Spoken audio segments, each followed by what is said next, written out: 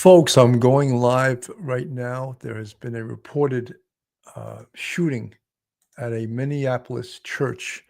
I'm going to go right now live to the press conference that's has already been in progress. To several different press conferences. Let me go to the one that is live right now, and we'll get some information on what's going on with this incident.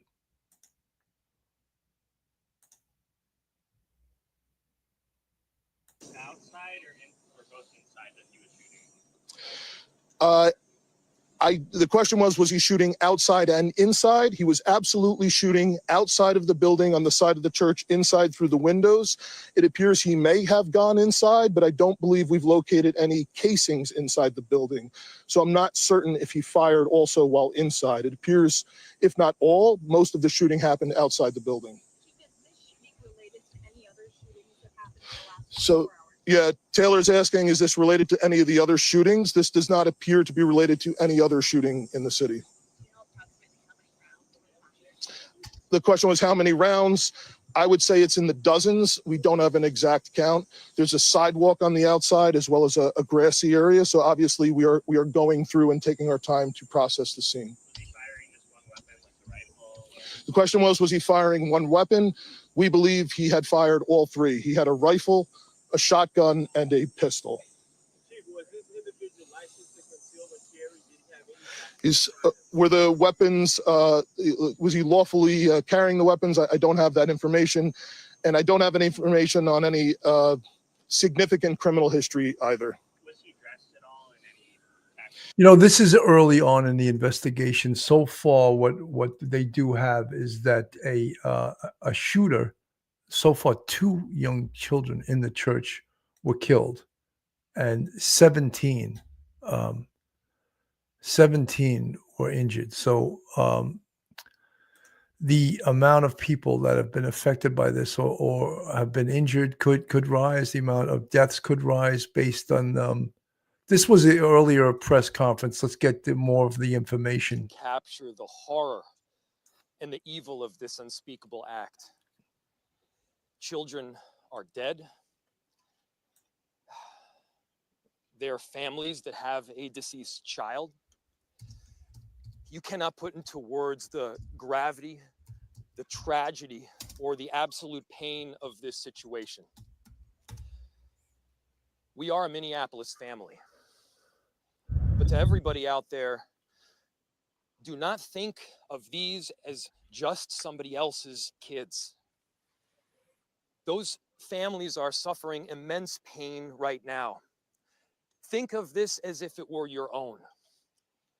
Every one of us needs to be wrapping our arms around these families, giving them every ounce that we can muster. These were Minneapolis families. These were American families. And the amount of pain that they are suffering right now is extraordinary. And don't just say this is about thoughts and prayers right now. These kids were literally praying. It was the first week of school. They were in a church. These are kids that should be learning with their friends. They should be playing on the playground. They should be able to go to school or church in peace without the fear or risk of violence, and their parents should have the same kind of assurance. These are the sort of basic assurances that every family should have, every step of the day, regardless of where they are in our country.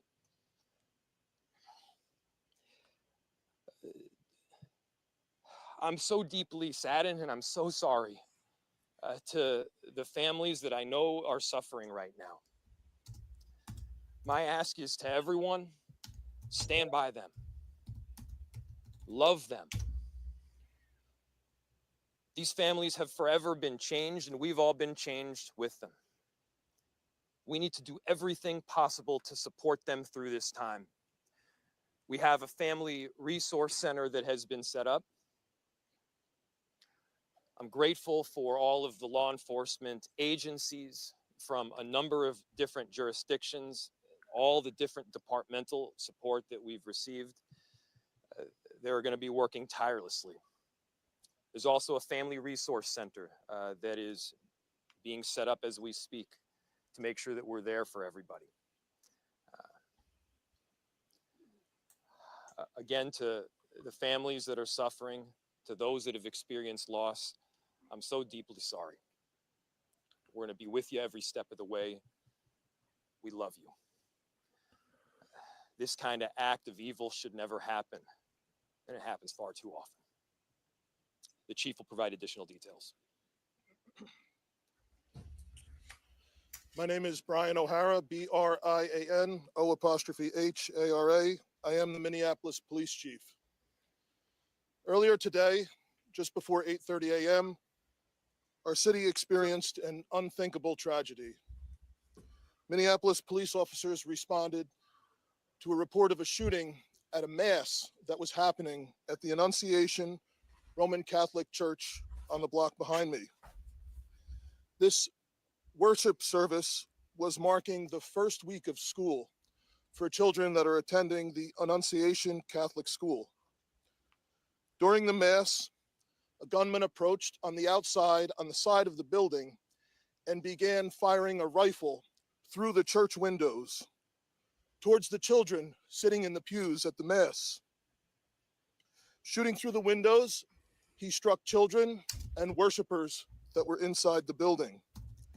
The shooter was armed with a rifle, a shotgun, and a pistol. This was a deliberate act of violence against innocent children and other people worshiping. The sheer cruelty and cowardice of firing into a church full of children is absolutely incomprehensible. Police officers from the Minneapolis Police Department immediately responded, entered the church, and attempted to provide first aid and rescue some of the children that were hiding throughout the building, while other first responders came and EMS responded to rush victims to nearby hospitals. 2 young children, ages 8 and 10, were killed where they sat in the pews. Their parents have been notified. 17 other people were injured, 14 of them being children.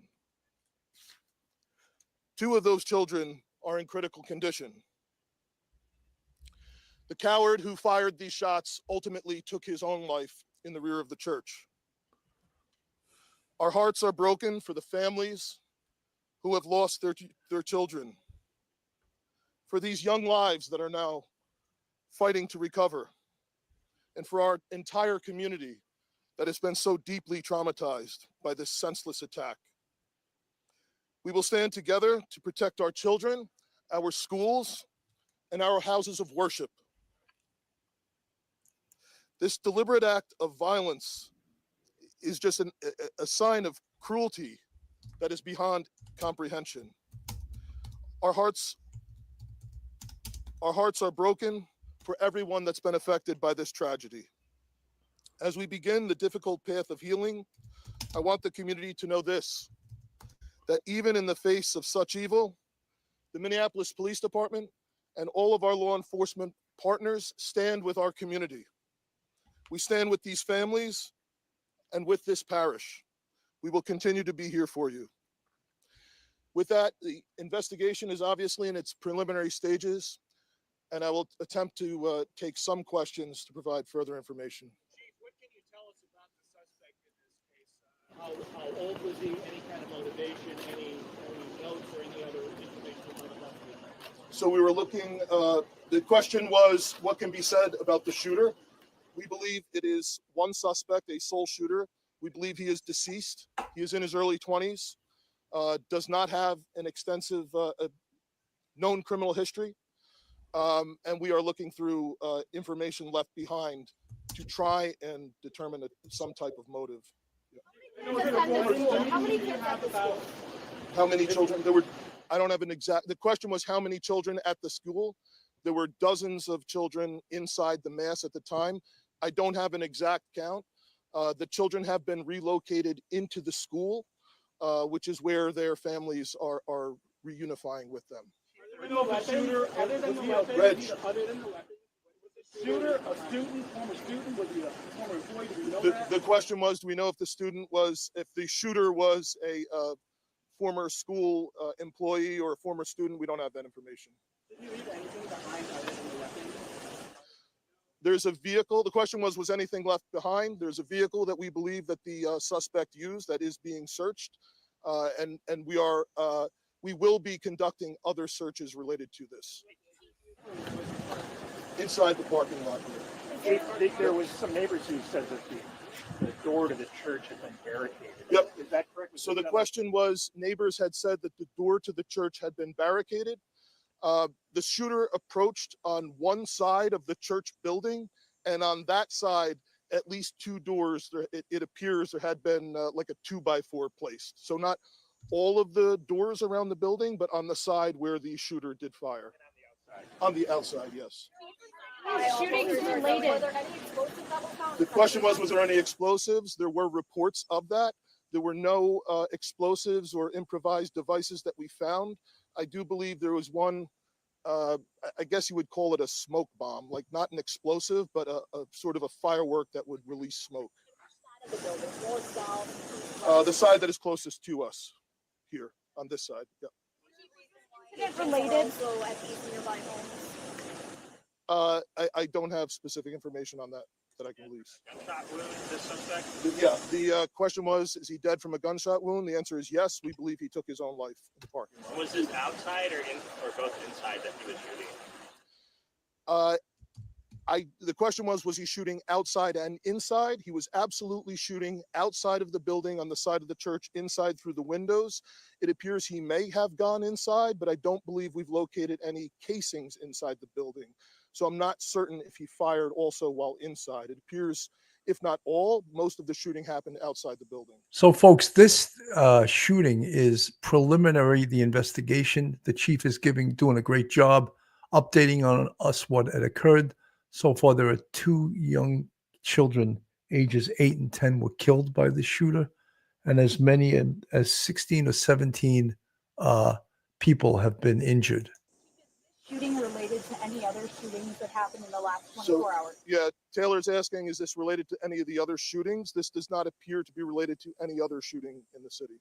You know approximately how many rounds were fired? The question was how many rounds? I would say it's in the dozens. We don't have an exact count. There's a sidewalk on the outside as well as a grassy area. So obviously we are going through and taking our time to process the scene. Firing just one weapon, like the rifle, or? The question was he firing one weapon? We believe he had fired all 3. He had a rifle, a shotgun, and a pistol. Were these individuals licensed to conceal and carry? Did he have any background? Were the weapons, was he lawfully carrying the weapons? I don't have that information.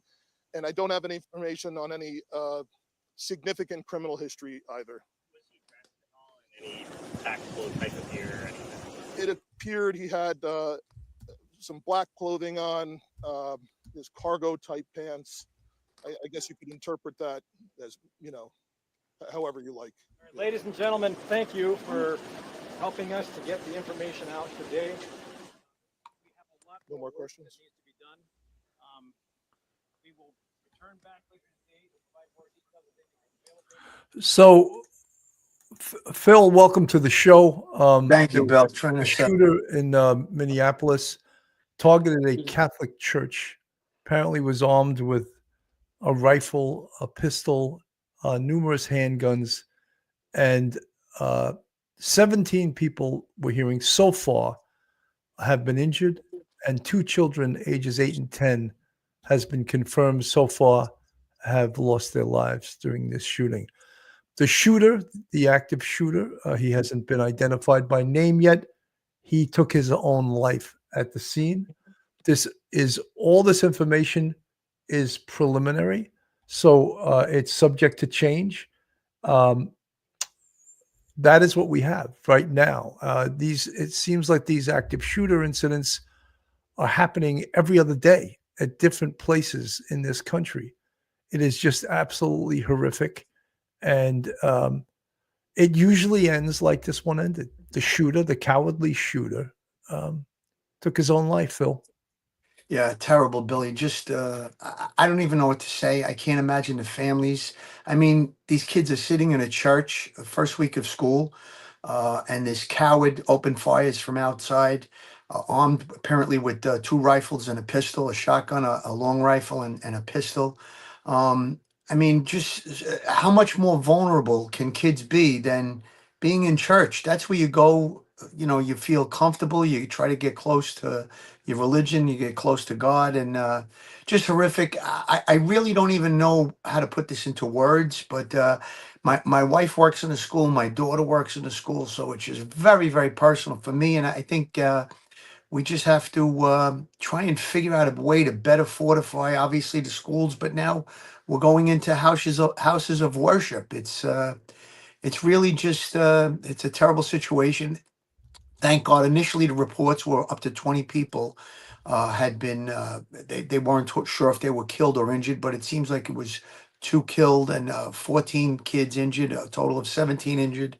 And they did say that two of the injured were critical. So horrible. I mean, even if one is too many. So I know that there's, I think that we say in law enforcement, run, hide, fight, where if you can run away from the shooter, a situation like this, you do that. If you can hide, do that. And if you're left with no other alternative where the shooter is on top of you, you need to fight. You must take some type of action. I mean, for small kids, that's probably difficult to absorb. But when in schools and the training that we try to provide in law enforcement is those three words: run, hide, fight. If you can get into an area and lock the door and get away from it, obviously that would be one of the things to do if you're in a building. But in this situation, this coward, I guess there's a lot of other words I could say, but I'll use coward.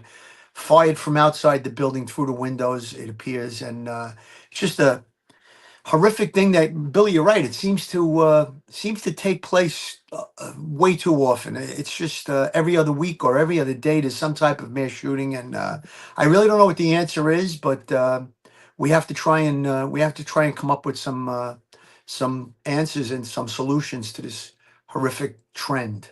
Well, something, we were all familiar with the words of active shootings. We're all, like you said, run, hide, fight. Hardening a target. What does that mean? Well, this is obviously what's known as a soft target. It's a church. It's a Catholic church. No one expects a shooter to shoot through the windows and kill young children, injure 17 people. So harden the target. What does that mean? Well, that means to have armed guards on the scene that are guarding that church in the event of something like this that happens far too often. We've been seeing active shooters all across this country. About a month or more ago, we saw one in New York City that targeted the NFL headquarters, Right. killed 5 people, including an NYPD police detective. So these are happening. So what is the answers? We'll hear all politicians say, "Oh, we got to do something about guns. We got to do this. We got to do that." But they're still occurring. So no one has come up with a surefire plan to prevent, B, to mitigate, and C, to make sure these things don't happen in the future. There is no sure cure for this. But what we can do is minimize the damage through preparation, through mitigation, and through not pretending that this is a phenomenon that doesn't exist. It absolutely does exist.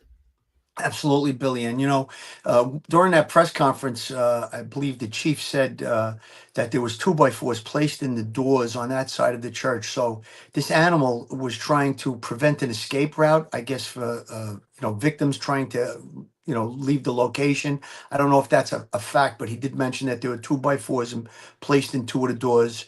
So trying to maximize how many victims this animal would hurt.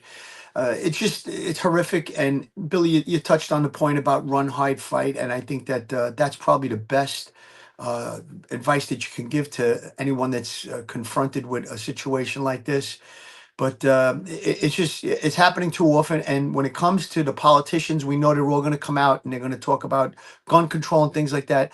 I would give up every gun that I own right now if I knew we could guarantee that we'd never have one of these shootings again. However, I know that that's an impossibility, and I don't think it's about limiting guns to gun owners who are legally licensed and stuff like that. I think it's more of a mental health issue. We're going to see red flags in this case as we do in every case, Billy. There's going to be red flags that this individual said things or conducted himself in a way that he believed in, possibly doing something like this. And these red flags are missed every time. It seems like these red flags are missed. So that's one of the things I think we have to also focus on. If you see something or you know something about a person and is a possibility, well, let's confront it. Let's report it to the authorities. Let the proper channels take place where the officers, detectives, investigators can look into a situation like this. And if, in fact, it's a benign thing where there is no chance that the person had access to firearms, well, and we might have upset or hurt someone's feelings, I'd rather do that than have to deal with the carnage of what these people are going through right now in Minneapolis, these families that lost loved ones or little children that are in a hospital, 14 little children and 3 other adults. These people are suffering. The families are obviously distraught. So again, if we have to maybe, upset somebody's day to look into a situation and it turns out that it was benign and there was no threat, well, I'll apologize to that person and live with that. But if we can prevent one of these horrific things from happening by looking into whether someone is spouting something on social media or saying something to a friend or talking about doing something like this, that's where we need to interdict. The psychological profile of these people is always that they have mental issues. That seems to be one of the common denominators in these mass shootings. Let me go to ABC News right now. Malls, any place that is considered a soft target, that is where these troubled people go because they want to kill as many people as possible. And the question becomes over and over again, exactly what is the nation and what are people prepared to do about it?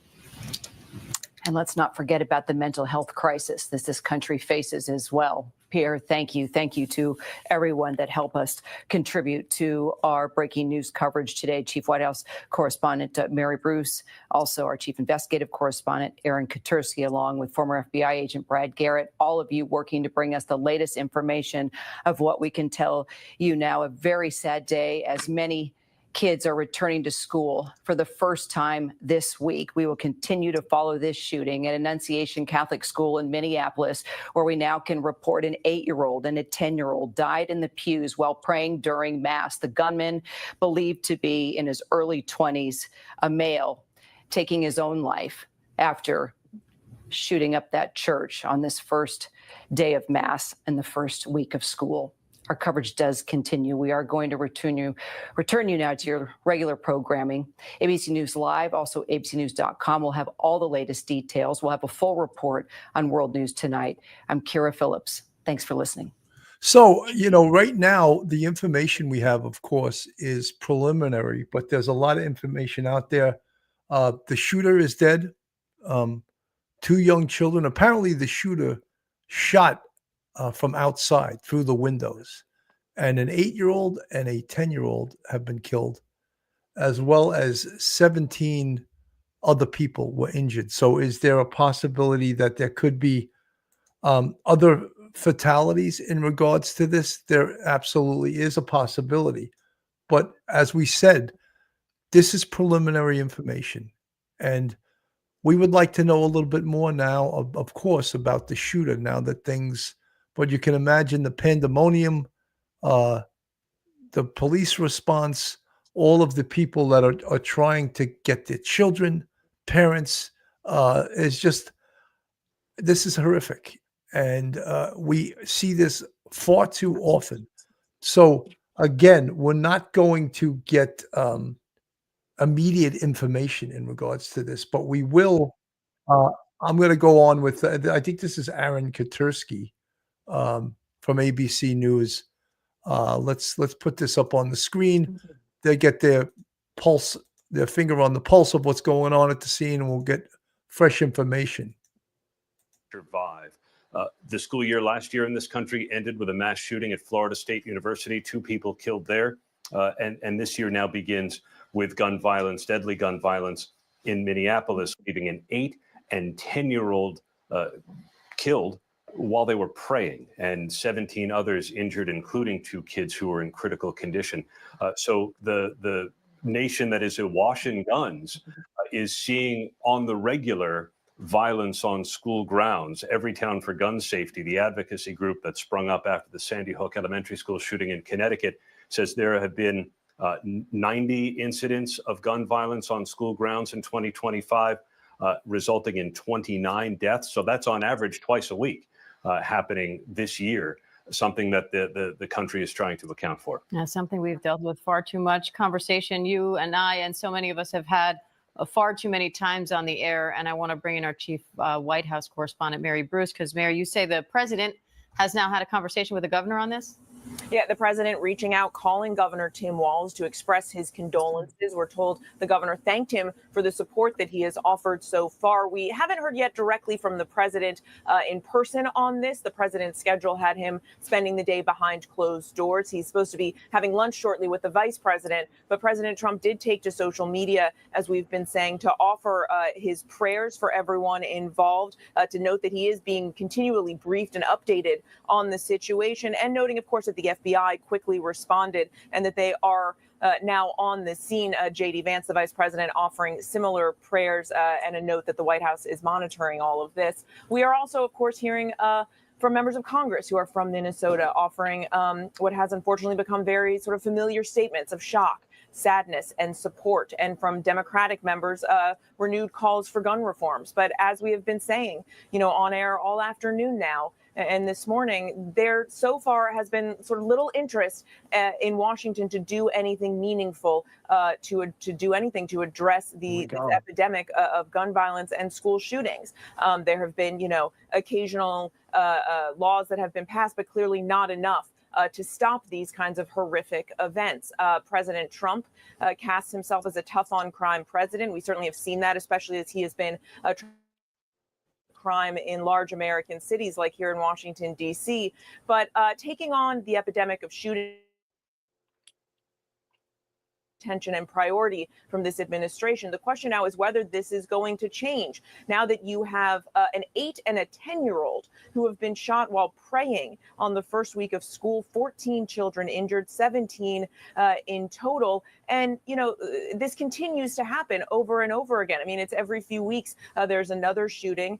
This one, obviously, it hits differently when children are involved. But all of these are horrific, life-changing events. And every single time we have this conversation, and every time the question is, what is Washington going to do about it? That question will then be posed anew to President Trump and this administration today. And Mary, thank you. Earlier we heard from the Minneapolis Mayor Jacob Frey, who made an emotional plea for action on that point, saying, quote, "Don't say this is about thoughts and prayers." I want to play some of that moment. Can I step out to make a call? There are families that have a deceased child. You cannot put into words the gravity, the tragedy, or the absolute pain of this situation. And don't just say this is about thoughts and prayers right now. These kids were literally praying. It was the first week of school. They were in a church.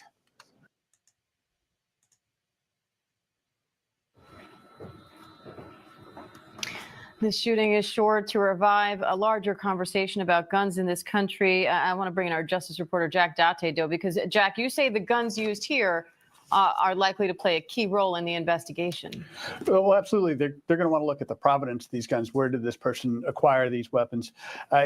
From the police briefing that we just watched, it appears this person had no extensive criminal history. So it's likely this person wouldn't have been prohibited from purchasing and possessing a firearm. So that's the first thing they'll look at. ATF will likely do an urgent trace on the weapons to try to learn where they came from, or if anybody provided them to this person, or if this person borrowed them, stole them, however they access the firearm. We've seen situations in the past where people acquire weapons from family members, or they take it from their parents' safe, or things of that nature. So did this person acquire these guns on their own, or have any help getting them in terms of resources and things like that. Did somebody give them money to do it? They're going to be looking at all of that to try to determine how those guns came into this person's possession, and just the, you know, the shocking nature of this. Those children in the church, being attacked from the outside, where they're utterly defenseless. An act of, as officials described, of cruelty and cowardice. That this person was clearly indiscriminately shooting dozens and dozens of rounds from 3 separate weapons, and it's a jarringly cruel act to have committed this horrific act of violence. And I want to bring in former FBI agent Brad Garrett, an ABC News contributor.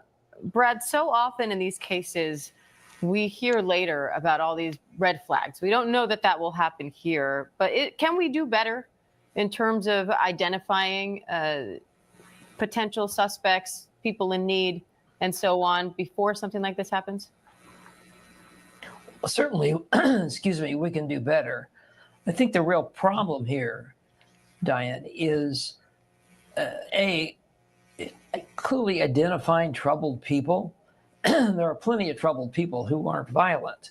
But the point being, do we really have a mechanism to first identify people that are talking in very dark, violent ways, that then acquire weapons, and then start making comments about harming people?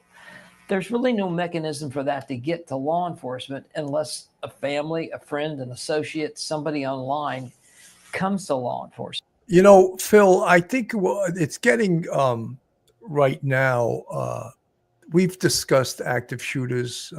We know what the problems are. Law enforcement has addressed the problems, but it always seems to come back to gun control and mentally ill people obtaining guns and doing bad things with these guns. And if I had the solution to this, I'd be one person in this world that has a solution that no one else has, because no one has a solution. And I think what the ABC News is looking toward is, of course, they're aiming to talk about gun control. And is that the answer? I don't know. If good guys didn't have guns, then when bad guys have guns, who's going to stop the bad guys? So those are some of the questions I have. But these same issues come up every single time that we have an active shooter, Phil. Yeah, I think that what happens is, Billy, the politics gets into the fray, and it's like conflating mental health issues where someone gets their hands on a gun and does something like this, as opposed to just gun violence. They're two very different things. When you have drug dealers or criminals or robbers carrying illegal guns and committing a robbery, that's one set of circumstances. This is a different set of circumstances. And as I said earlier, I don't think gun control is the answer. It's obviously a mental health issue. And again, we know that in the past, in the school shooting in Connecticut years ago, the parents had actually given the gun to the child who was a young individual, young adult, who was obviously having issues. So again, we have to look at that. We have to look at, do we have a person that's unstable, person that has a gripe with, let's say, with a school or a church, or just a gripe with young people, and now has access to a firearm? That, I think, is one of the major problems that we have in this country. And I know that once we get into the investigation part, right now things are still very fluid. They're going to have to deal with the crime scene aspect of it. Once they get into the background of this individual, there's going to be red flags. There always is. And I think that that's the focus, that we could possibly prevent some of these horrific tragedies from occurring. Focus on mental health, focus on the red flags. Those are the things that we can do to prevent a situation like this. That's what I think. And look, the politicians, they're always going to be political. They're always going to talk about their agenda, whether it be gun control or other things. We know that they come out real loud, they come out real quick, and I think that's the wrong thing. Let's try and comfort the families at this point. Let's go to the crime scene. In the days following, a week from now, whatever, you want to talk about politics, you want to talk about gun control, that's a different conversation at a different time. Right now, I think focusing on the victims, the families, and trying to mitigate whatever's took place and try and help as much as we can. And obviously, thoughts and prayers for people, for the families, for the victims. I mean, just think about it. Sitting in a church, worshiping your God, your religion, and you're attacked like this. It's just horrific. To recap what happened, 2 children are dead, ages 8 and 10, after a gunman opened fire at the Annunciation Catholic Church during a morning mass on the south side of Minneapolis, according to authorities. 17 others, including 14 children, were injured in the mass shooting. The gunman, who was in his early 20s, died of a self-inflicted gunshot wound. The city of Minneapolis said there is no active threat at this time. Agents with the Bureau of Alcohol, Tobacco, and Firearms and Explosives have at least 1 firearm in their possession from the shooter, and they're beginning the tracing protocol, according to the ATF source in Minneapolis. This is just another one of many active shootings that happen across this country, and it happens far too often. It's happening, it seems like every other day we're getting an active shooting incident at some place, some location in this country. And there has to be a better solution to this. There has to be a way to mitigate this that we are unaware of right now, because it keeps happening. You know, how do we stop it? Not how do we mitigate it? How do we stop it? You know, and many people come up with ideas like gun control, ban guns, you know, but I don't think that is actually the solution either. And I don't want to get into that maelstrom of politics, because it's there's 2 sides to it. You know, there's one side that thinks one way and there's another side that thinks the other way. And the truth and the honesty is probably somewhere in the middle. So, but every time we get an active shooting, we hear about red flag laws, mental illness, about hardening a target. We all know these words that are just part of the whole active shooter phenomenon, which goes back a real long time in this country. And even in all the time it's been occurring, we don't have solid solutions as to how to address this horrific issue. Phil? Yeah, Billy, you know, early on when this first took place, I was on the phone with a colleague, Tommy Dades, and him and I both were in shock about it. And the first words that came out of his mouth were, why isn't there a national police force or some type of a law enforcement agency that works to protect schools? You have numerous retired police officers, retired law enforcement, you have retired military. Perhaps they can come up with a branch of government that protects all schools everywhere. Now, obviously, in this case, it was a church. We have to have police officers present at churches when religious services are taking place. A lot of times that is the case. We know that a lot of times, whether it be a synagogue, a church, or a mosque, there are, people that make threats. So police officers a lot of time do respond to the location when there is going to be a religious service. So I think we have to start to look at that.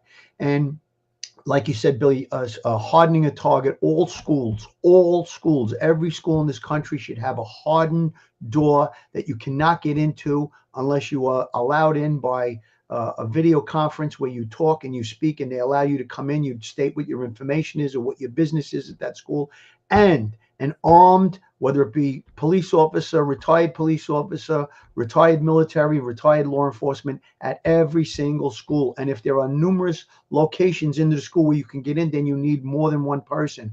I think that a lot of times the way that the schools are after all of these shootings, they make it where you can only go in and out through one location.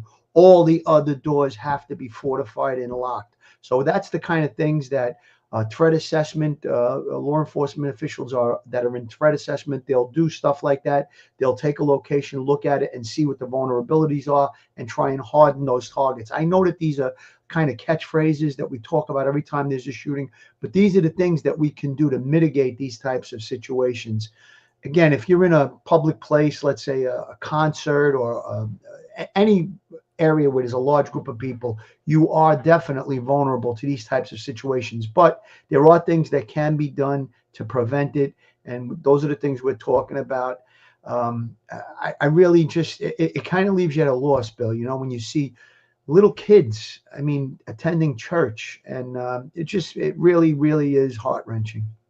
You know, we can't deny the fact that evil exists, and these people that will acquire guns and do what we know now to be called active shooting, whatever their purpose is, whether they're mentally ill, whether they're criminal-minded, whether they're just evil. Those are the potential reasons. But because we know this phenomena, and that's what I'll call it, this evil phenomena exists, we have to be prepared for it. You know, we've seen these horrific shootings, Uvalde, Texas, where all those kids were killed, and the response was horrific by the police. We just saw a couple of weeks ago in Manhattan, a shooter come from the other side of the country. I believe he was from California, because he believed he had concussion syndrome. So what does the NFL have to do with you getting concussion syndrome from your high school football career? Nothing. So obviously that guy is mentally ill. But I read, and I'm reading in the chat, you know, about right away, the media goes right to gun control, you know, and I'm not against gun control, but I'm also not against, I am against banning guns, you know, from people who are good citizens that legally have the right in the Second Amendment to keep and bear arms. But it's deeper than that, because now we have to look into the mental illness of people that may check every box in order to obtain a legal firearm, yet they're mentally ill. So how do we, as a government, how do we as a people prevent people who are mentally ill from obtaining firearms and doing something horrific like this incident today, where a shooter has already killed 2 young children and 17 wounded, and then kills himself?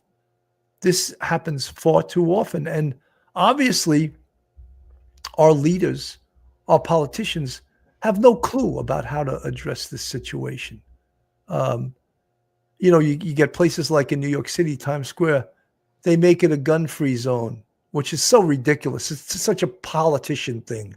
And meanwhile, there's more shootings in Times Square, even though the criminals, do they know you can't bring a gun there? Obviously, they're not interested in the law, or they wouldn't be shooting people.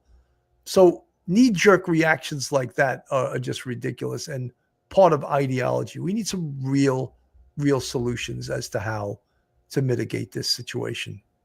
Billy, I just want to make a comment about what you just brought up, these gun-free zones. How many times has there been a situation where something is going down, let's say it's a robbery or shooting or something, and a person who legally has a firearm winds up shooting and killing a bunch of people? It doesn't happen. We've had incidents where a active shooter was taking place, and whether it be a security guard or someone who was armed with a legal handgun, mitigated and stopped the threat and the attack. So I don't think that these gun-free zones really make sense. I mean, if you have a police officer who's off duty or retired, or you have a law enforcement officer or a military person that has the legal right to carry a firearm, and they're in a location and they have that firearm with them, and as we say in law enforcement, if the shit hits the fan, that person can now maybe take action and save lives. I don't think that there's any cases that you can, show or you can look to and say, well, this person that had a legal firearm wound up shooting and killing innocent people. It doesn't happen.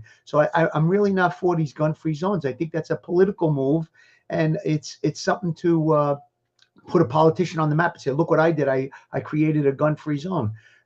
We live in a violent world, like you said, Billy. There are evil out there, and in order to combat evil, you need people who law enforcement officers that will respond. And if there are people who happen to be there, whether they be off duty or legally carrying a firearm, I don't think there's anything wrong with that if they will take action and possibly stop a madman from causing mass carnage in, let's say, a supermarket or any venue. So that's not the answer. Listen, if this is not an easy thing, I don't have the answer, you don't have the answer, and the politicians don't have the answer.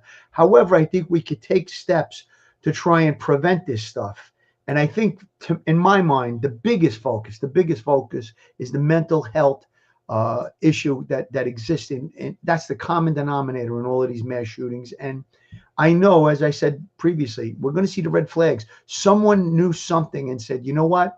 That just isn't right, but maybe they didn't act. And I think that that's one of the focuses as well that we should try. Listen, hardening targets, mitigating threats in areas. I get all of that stuff, but we have to really be more focused on and shine the spotlight on. If you think that someone is capable and has access to a firearm, capable of doing something like this, and they have that access, well, I think it's not a bad thing to report it to the authorities and let things play out. And like I said, if you insult somebody or you hurt somebody's feelings, well, that's what an apology's for, and perhaps you could maybe save lives.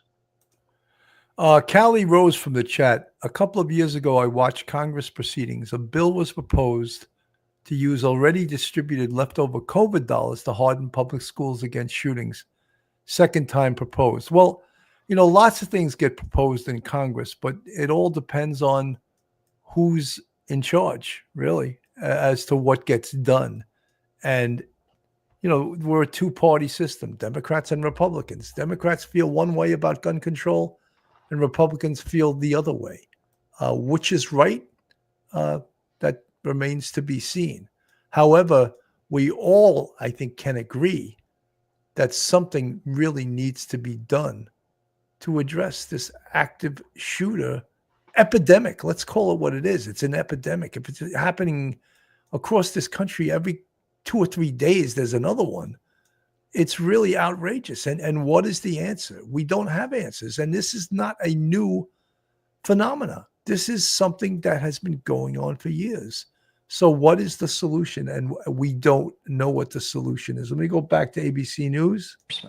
Or to the mental health community. And so it's really, in today's environment and the ability to communicate in so many different venues, how do you pull that together? And I'm not convinced that we can really pull it together, but can we, in individual communities, at least develop some mechanism to keep track of people that we hear about? And that doesn't mean you're trying to lock them up, but who are they? And the idea of teams of law enforcement and mental health professionals, maybe having a list of people that they check on, because they have picked up information that it's not that they're about to go shoot somebody, but they're really talking in really dark, violent ways. And this gets really touchy, as I mentioned earlier, because, it's the privacy of people and the privacy of people to purchase firearms, etc. But there has to be some meeting of the minds here to better identify people that we can maybe, hopefully, help instead of lock up. And that's not always the case. But law enforcement's not really set up to do it. The mental health community is not really set up to do it. You almost need specialized units. Who's going to pay for that? Who's going to monitor it? This becomes really thorny. And then the whole emotional issue of firearms and restricting firearms from people. I'm just not sure we're going to make any headway there. But I think he's getting a little crazy too, this guy. He's a retired FBI agent. He's not a gun expert. He's not a police expert. Some of the things he's talking about are a violation of a person's civil rights. You just can't intrude upon them because someone told you they was speaking hatred, and then talking about, again, ideas that are really not police ideas. Anything involving guns belongs in the venue of the police, all right? The police, not social workers, because they can't deal with the violence that is inevitably involved in this. So when you hear someone talking about social workers, they don't know what they're talking about. They're not police. I don't know. This guy's an FBI agent. He looks like he's been around a long time, but I don't know how plugged in he is to police work. And following people, look, gun permits are connected to get a gun permit. You have to go through the police department because they do a background check. You get fingerprinted. You get photographed. So the mitigation of people that get guns and to determine whether someone should have a gun or whether a gun should be removed has to be the work of the police, not social workers. So whenever I hear that, I cringe, Phil. Yeah, social workers, obviously there's an avenue for them to interdict people that are having issues and stuff like that, or they could look into possibly domestic violence or child abuse, things of that nature. But when you're talking about, like you said, Bill, you're talking about possessing a firearm, I don't think that's the right avenue for a social worker to be interdicting. That's law enforcement's job. And as you said, Billy, when you go through the process, there are certain protocols and certain standards that you have to meet. And then there's even a safety course that you have to go through. That's in New York City. In New York, you have to go through a 16-hour class before you can carry and possess a firearm. So once you meet those protocols, and there's things that are asking you about mental health issues, if you're on medications, things of that nature. So all of those things have to be met. All of those standards have to be met, and those protocols have to be met before you're issued a license to carry a firearm. And you have to also qualify at the range and things of that nature. So we don't want people out there, just everybody having a firearm and doesn't know how to keep it safe, because you could have a million accidents and things of that nature. So you want to go by the rules, go by the protocols that are put in place by the different states. And if you have a firearm, you need to be proficient on how to use that firearm, how to keep that firearm safe. You don't want to, just put the gun in the hands of everyone that could be reckless. And there's the mental health issue of it. You're not going to issue a firearm to someone that has longstanding mental health issues, So I think that there's a system in place where they can check to see if a person has been committed to a mental health facility. I guess it varies by county or by state. And listen, there's no quick fix to this situation. The answer is not something that we can snap our fingers and do. There's a lot of thought that has to go into this, and there's a lot of process. But I think that some of the things we're talking about will definitely save lives. Had 3 different types of weapons: a long gun, a shotgun, and a handgun. And as you said, police briefed that he used all 3. And apparently he was hell-bent on harming as many people as quickly as he could. He didn't apparently care how they would be injured. He just wanted to fire into the building, knowing that there were children and people inside. It was described by the police as an act of evil and violence. And sadly, we see this happening routinely in this country: houses of worship, schools, movie theaters, malls. There's a chronic problem of shootings taking place at soft targets where there are large numbers of people gathered, because unfortunately, the killers know that's where they can do the most damage. Pierre Thomas is joining us here from ABC News in Washington, D.C. And Pierre, I understand you've covered many of these cases. You have spoken to the FBI on multiple occasions. Are you learning anything else about this shooter yet that you can share with us? A young man in his 20s. I know we have our news team working on digging up more information right now. We're gathering a few things and we're hoping to flush all that out. Is there anything else you can share with us about it? Well, our information that we have matches your Cracker Jack team there, reporting from Minneapolis. The police have a name that they are focused on. They are going to conduct searches. They're in the any type of information that could be used to possibly get at motive, but there. Part of the investigation of this, folks, of course, they have the shooter identified. He's on the scene. They could fingerprint him on the scene and get and identify him if he doesn't have an ID on him. But a big part of this is the investigation of the background of the perpetrator. One of the things they will do as a matter of just procedure is do a search warrant on his home, because many times an active shooter will kill someone in his home before he takes off to do the dirty deed wherever he intends to. The other thing is find out, looking through his home, through a search warrant, through his cell phones, through his vehicle, talk to friends, talk to family. What was he all about? What was he mad about? Why did this happen? You know, and it's law enforcement's job, and I'm sure they're doing it right now, trying to find out who this guy is. Well, I'm sure they know who he is, but now look into his background. Callie from the chat, right? If he had a manifesto, did he write some plan of why he was doing this?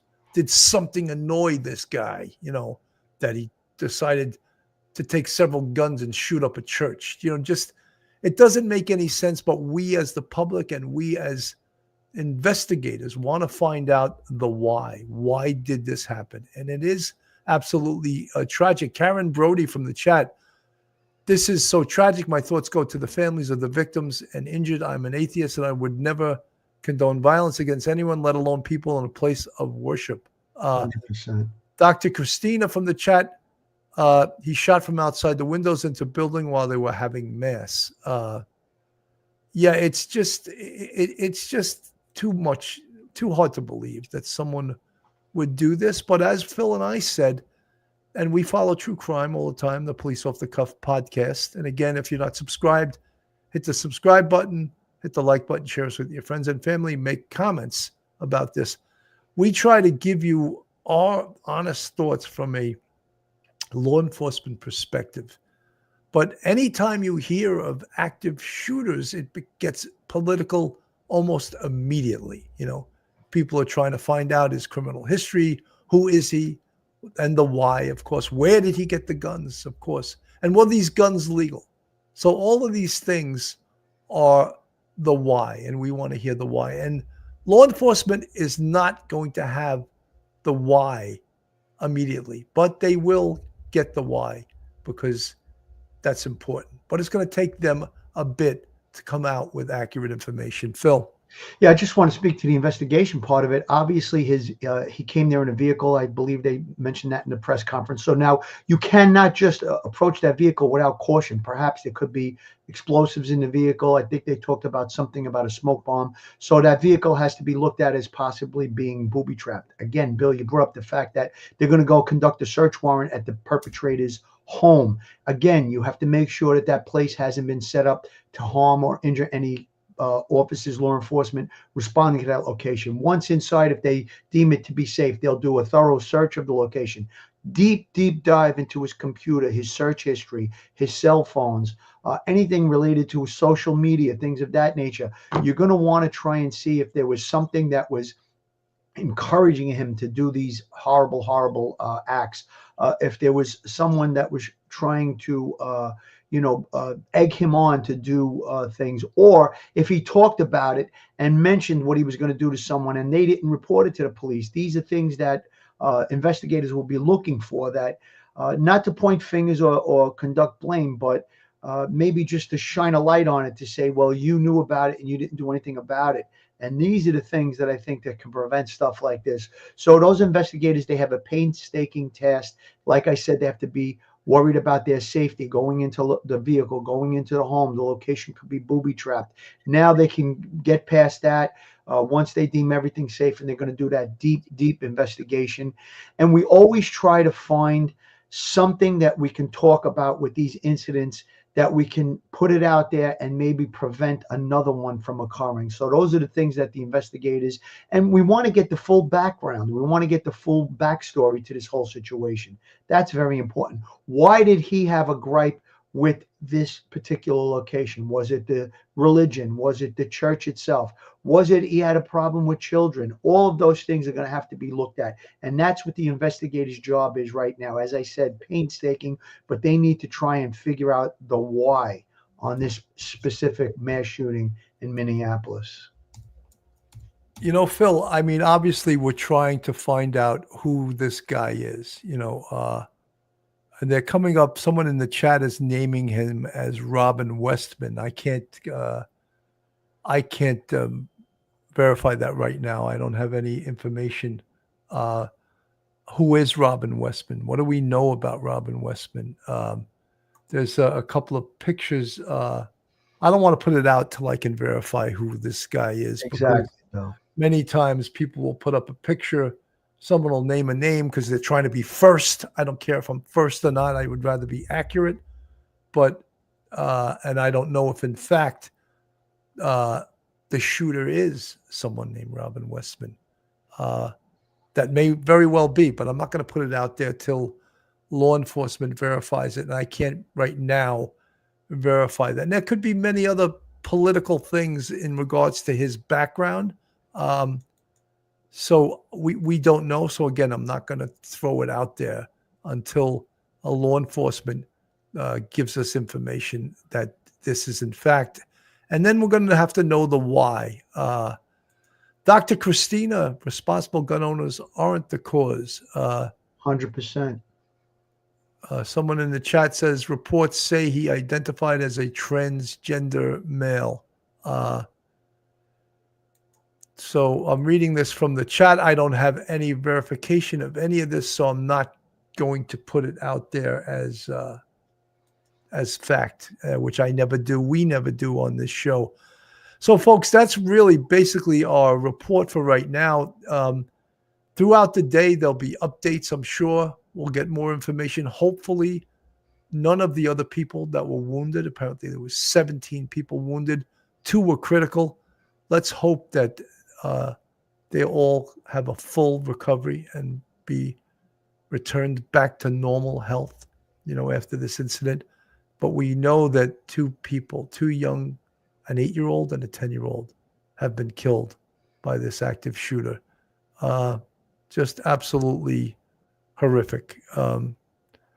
Phil, I guess I would ask you your final thoughts. My final thoughts are to echo the words that you just said. Let's have thoughts and prayers for those families, the 2 children that were killed, and let's hope for speedy recoveries and hopefully nobody else succumbs to their injuries. I hate to even be on at a time like this, Billy. I don't like these type of situations. They get under they get on your nerves and they get under your skin. And because we know that they're just innocent people that are being attacked. Unfortunately, like you said, Billy, there is evil in this world. And the only thing I could say is hug or reach out to your loved ones. Just know that they're safe and thank God for that. And just keep good thoughts and prayers for the families and the loved ones and the little children that were lost today. Absolutely. Folks, I want to thank everyone for tuning in. If there's any more really earth-shattering information, we would come back on. But I think that we basically covered what we know right now. There will be, of course, this investigation will be in flux and new information will come out as the investigators get timely information. Anyway, folks, have a great day. Thank you for tuning in. I'm Bill Cannon from Police Off the Cuff. Have a great day and God bless.